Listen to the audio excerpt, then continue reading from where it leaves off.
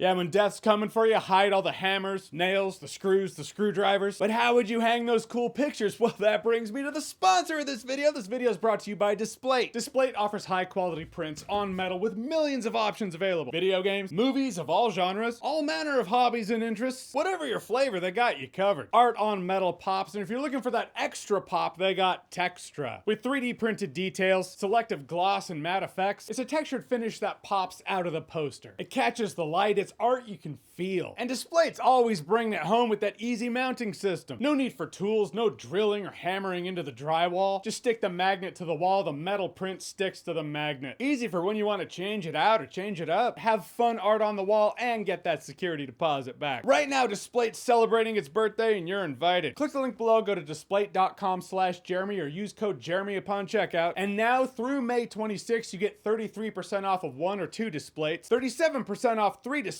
and 42% off of 4 or more Displates. Not every day you get the deal from someone else on their birthday. And now death has returned. It's been a while.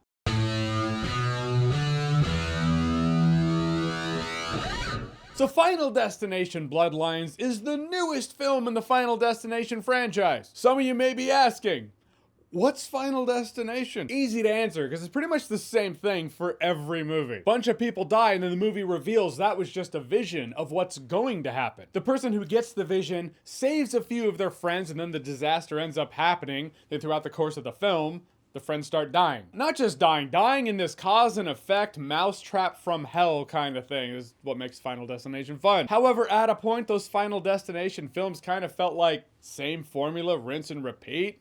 Ended up feeling like we've seen it all before. So Final Destination did what any good franchise does. Disappears until such a time it can come back and fans will be like, yeah, I could go for another one of those movies.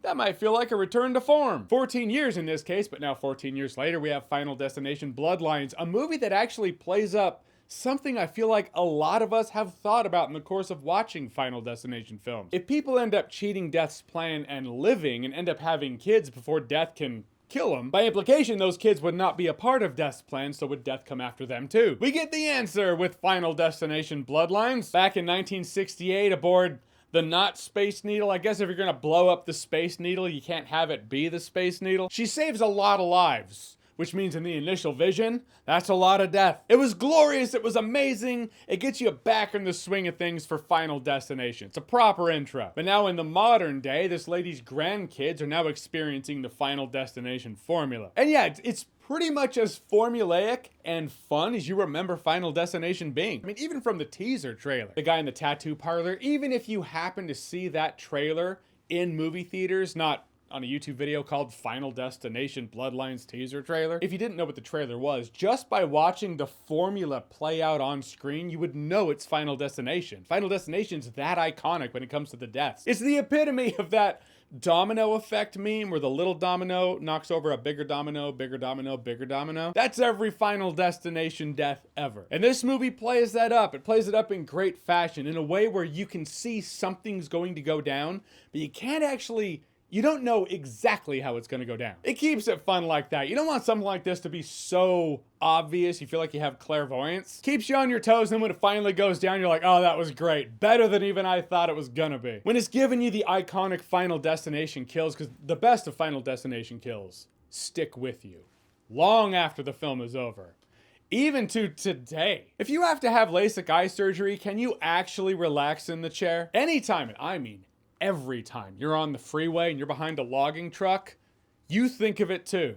We all do. All of us will until death finally gets us, hopefully by other means than the logging truck. But I gotta admit, at the next backyard barbecue you might find yourself at this summer, maybe someone has one of those big yard trampolines, you're probably gonna think of this movie. But this movie actually does give you a little more than that. It deals with the theme of generational trauma, generational pain. It's shown in this movie as grandma was a super paranoid lady, but she was the lady who was right back in 1968 and saved everybody. But that paranoia washed down on the experience of her kids growing up, which then affected her kids' kids growing up. You know, there's a very real theme there in dealing with generational patterns in a way that's very decidedly Final Destination. But still, it's cool to see Final Destination go a little deeper, give you something more to chew on than just we're here for the death and blood. But yeah, getting back to the death, blood, and slaughter, it's here. And when it goes down, you forgot how much fun you have in these movies when they are fun. I was kind of bummed out at a point at CinemaCon. They showed 2 of the on-screen deaths in this movie in their presentation, in which I was like,